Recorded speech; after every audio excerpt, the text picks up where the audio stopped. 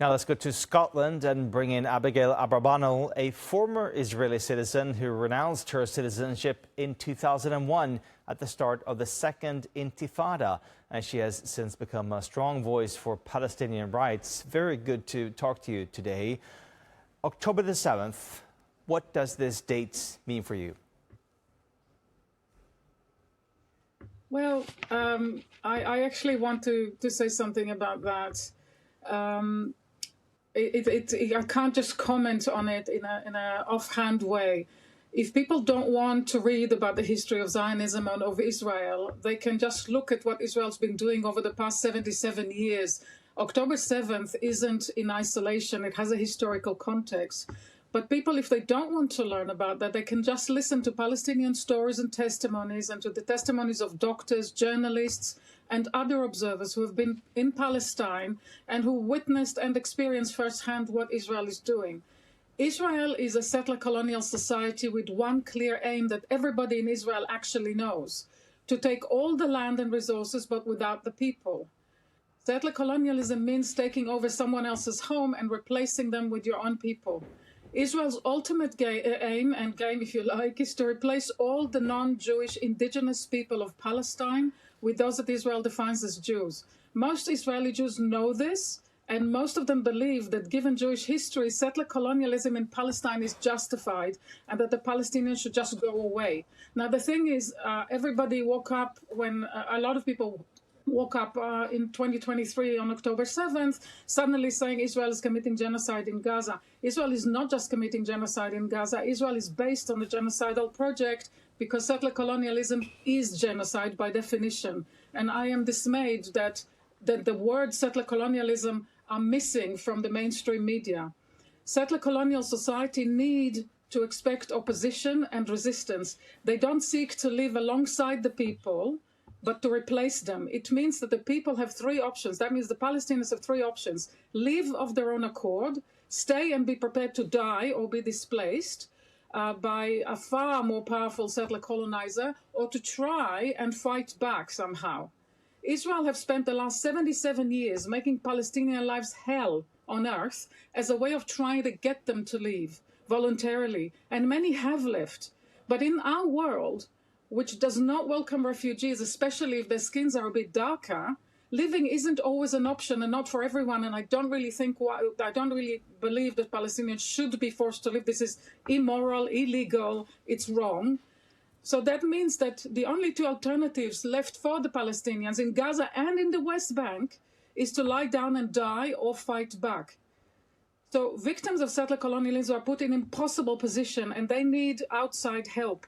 The most disappointing thing that I've experienced in my lifetime and since the last 2 years about humanity is that by and large, those with the power to stop what is happening are actually aiding and abetting Israel and supporting it militarily, diplomatically. The people on the ground, as you are showing very, very well in your program, are opposed to what Israel is doing and they recognize what is happening. But our leaders are doing nothing.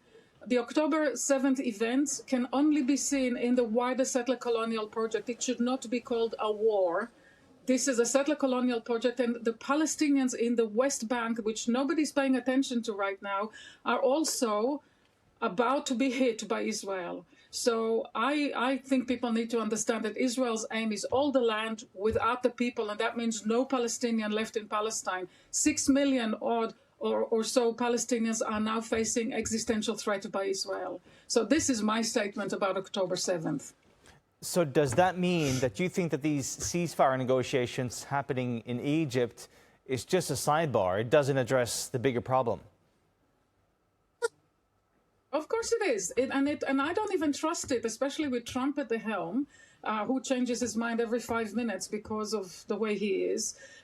Israel has always used negotiations as a stalling tactic while continuing that settler colonial project. Just look at Israel's history and you will see that throughout all negotiations, Israel has never really kept its side of the bargain and continued to colonize the West Bank, to increase the colonies. Israel even declared that they will not enable a Palestinian state. Not that that's even a viable option or never was a viable option, but they even say that, and the world still panders to them. They still talk about negotiations. And where are the Palestinians in all of this? The Palestinians are a colonized people, a settler colonized people who are put in an impossible position. And they're being murdered every day. Israel left babies to decompose in hospitals, in incubators, and the world just allows this to happen.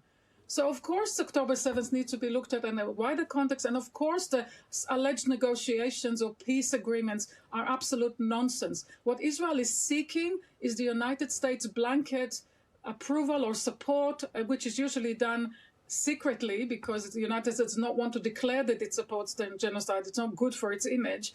But Israel is seeking under the surface, and everybody knows that who knows something, that to enable them to basically, for the US to enable Israel to basically continue the settler colonial project until they're finished. Israel wants to end up in the same situation that Australia did and that the United States or Canada did when they destroyed enough of the indigenous people and destroyed their ability to resist, so that then they can have their settler colonial society ruled by the people they want to be ruled by. Israel wants that now. And if the world doesn't get that, then the Palestinians are facing a real and imminent threat of annihilation. The only way to stop Israel is not by negotiation, it's by putting boots on the ground and stand between Israel and the Palestinians.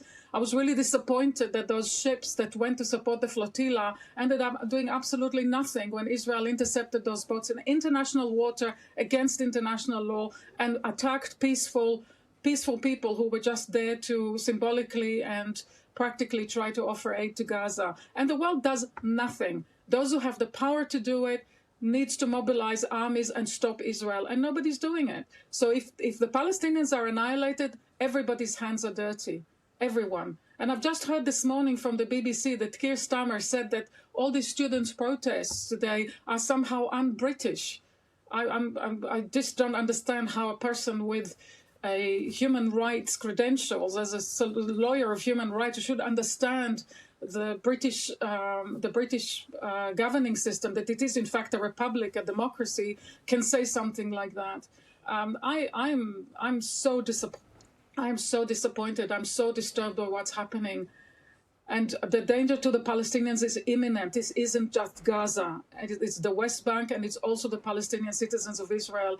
I have no doubt in my mind what Israel is planning and what it's trying to do and what it's determined to do.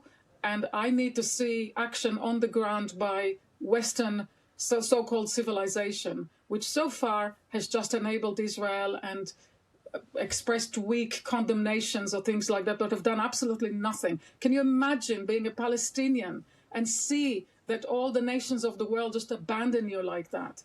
Every human being needs to consider what it would be like for them if they were one of these people who are just our brothers and sisters. They're just human beings. The labels don't matter. These are human beings who are being hurt by other human beings.